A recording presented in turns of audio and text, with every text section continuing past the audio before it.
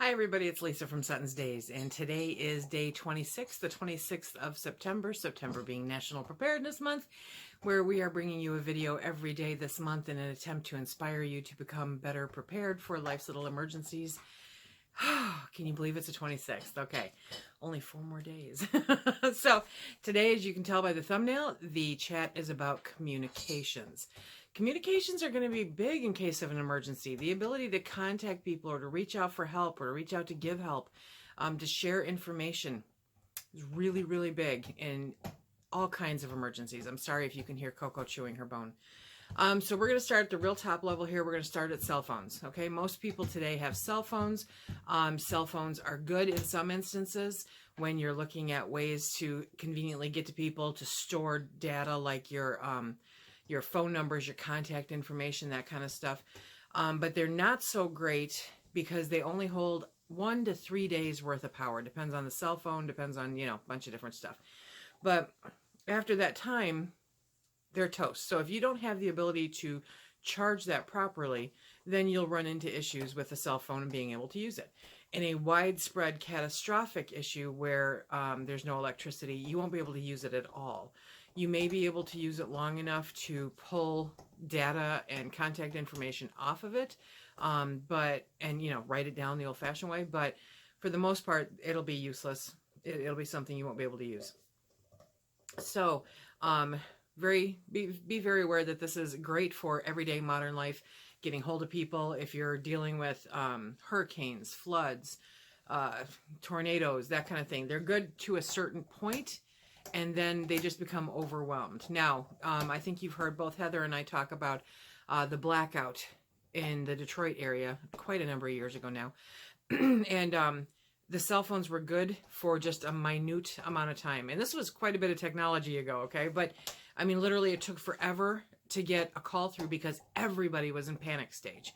Everybody was on the cell phone. The towers were overloaded, and you just couldn't get a call through. So if something major were happening, that could be the case then too, okay? So then you go to the landline, which a lot of us have given up because of the cell phones. Who needs an extra bill? I don't know about you, but I don't. So the landlines have kind of gone by the wayside. If, for preparedness reasons, a landline is a great thing to have, depending. I'm going to toss this little depending thing in there, because so many people are bundling their cable and their phone and their internet together. Your phone line is dependent on the cable company, which is dependent with the internet. So normally when the power goes down, all three are toast.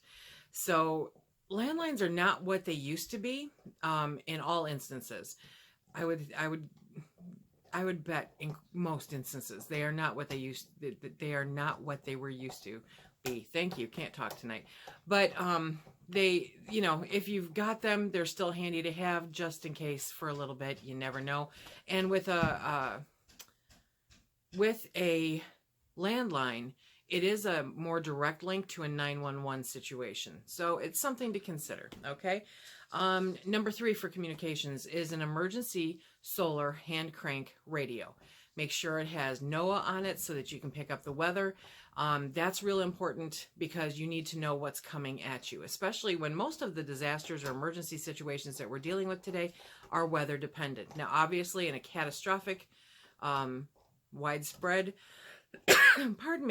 situation, that might not be an option. But for most of what we're dealing with day to day, those radios are hugely, hugely necessary in your equipment to have. Next on the list is two-way radios, walkie-talkie radios, the little two-way radios that you have. Those are great for not too far away communication. So if you and the person across the street want to, take turns, keep an eye out the window to see what's happening, great thing to do. Family members from one end to the other, great thing to do. They are very limited on how far they will go. I have not run across one yet that has been very accurate with its distance. We used to use them for a job that I had all the time, and you really have to factor in things like the terrain, and any interference that you might have. So if you do go with, two-way radios, I think they're a great thing to have, but you want to test them out and see exactly how far you really can go with them. Okay. The next one is a CB radio. 10-4, good buddy, right? Okay. Everybody remembers that. Smokey and the Bandit, the whole deal. So those are really great ways to monitor what's going on around you, to talk to other people. You really don't even, I mean, yes, in a vehicle, they're perfect. So if you have to evacuate or anything like that, they're wonderful because you can listen to what's going on. You can hear what's happening farther up the road, that kind of thing. They're a great way to communicate. If you want, with the right antenna, you can actually set one up in your house and talk to people, depending on how far away you are. But it's a great option to do. I can remember listening to people talking all the time that had them set up in their house. So CB radios, they're still around, believe it or not.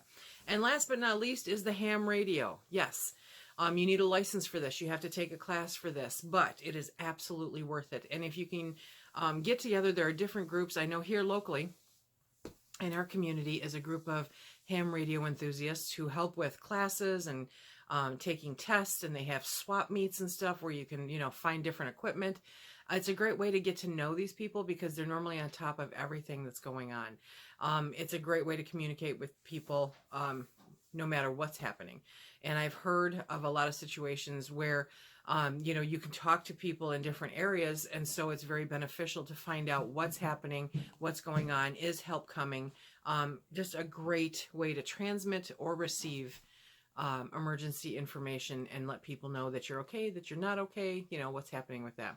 This is a real brief, thing about communication, because the options are actually kind of few, but the ones that are there are really, really good. In a worst case scenario situation, probably not. But for your average emergencies like hurricanes, floods, tornadoes, earthquakes, that kind of thing, they're fantastic. They're a great way to communicate and to get help where it's needed and to make sure that people are doing okay. I hope this helps. I'd love to hear any ideas that you have for communication down below, because I'm thinking there's got to be more, but those are the ones that came to mind for me.